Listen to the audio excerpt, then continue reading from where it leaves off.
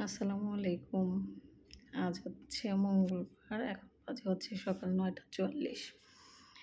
তো আজকে সকালে ঘুম থেকে উঠেই মনটা খুব খারাপ হয়ে গেছে। কেন আমি আপনাকে বলছি।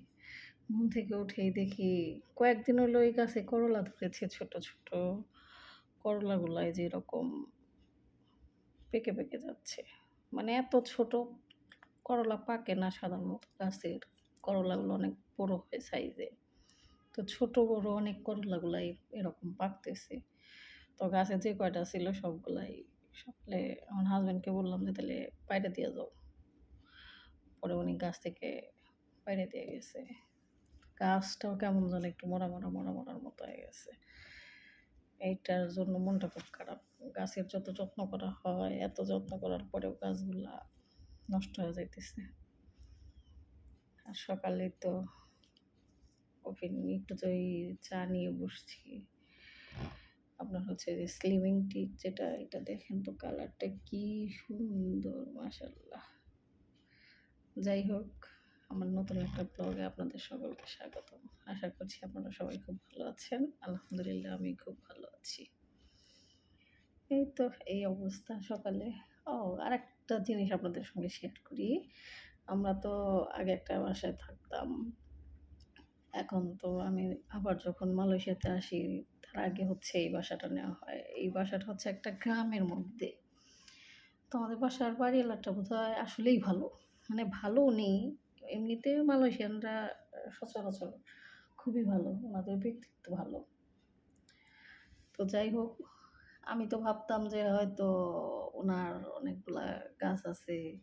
উনি মাঝেমধ্যে কলা দিয়ে যেত গাছের, মানে ভাড়া দেওয়ার পরে ওই রিসিপ্টটা দিয়ে যাইতো, সাথে কলা দিয়ে যাইতো বা গাছের থোড় দিয়ে যাইতো, যেটাকে ওই যে আপনারা মোসা বলেন, কলার মোচা। তো ভাবতাম হয়তো উনার গাছের এর জন্য দিয়ে যায়। মানে যে মাসে ভাড়া দেওয়া হয় সেই মাসেই দিয়ে যায়। কিন্তু কালকে দেখলাম একটা ভিন্ন জিনিস। কালকে রাত্রে উনি এসে রিসিপ্ট দিয়ে গেছে আর হচ্ছে এইটা দিয়ে গেছে। মানে আমি পরে উনাকে আর কিছু বলি নাই। পরে আমার হাসব্যান্ডকে বললাম, "কি ব্যাপার? এইটা দিল?" কয়, "দিল।" তা আসলে এটা ওনাদের একটা হয়তো ভালো মন মানসিকতা, সেইটার একটা পরিচয়। যে আমাদের যারা ভাড়াটিয়া থাকে, তাদের হয়তো ভাড়া-টাড়া কমপ্লিট হওয়ার পরে রিসিপ্টটা দিয়ে যাবে, খালি হাতে কেমনে দেবে? হয়তো সেই হিসাবে চিন্তা করে উনি এটা দিয়ে গেছে। মানে প্রত্যেক মাসেই কিছু না কিছু দেয়। মানে গাছের জিনিস দিত এতদিন।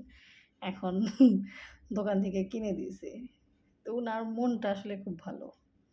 মন মানসিকতাটা অনেক ভালো। কারণ সচরাচর উম বাসার যে মালিকগুলা থাকে তারা কিরকম হয়? আসলে প্রত্যেকটা মানুষের মধ্যেই ভালো কিছু আছে, মন্দ কিছু আছে। যাই হোক, এটা আমার দেশের মানুষের মধ্যেও, এটা বাহিরের দেশের মানুষের মধ্যেও। তো যার মধ্যে ভালো জিনিসটা আছে, আমরা সবাই যেন ওই ভালোটা নিজেদের মধ্যে রপ্ত করতে পারি। এইটাই আসলে মূল কথা। তো যাই হোক, এটা দেখে আমি আসলে একটু অবাক হইছি কালকে। যে মানুষ এরকমও হয়। যাই হোক, আল্লাহ সবাইকে সুস্থ রাখুক, ভালো রাখুক। সবাই ভালো থাকবেন, নিজের খেয়াল রাখবেন, নিজের পরিবারের খেয়াল রাখবেন। ঠিক আছে? আল্লাহ হাফেজ।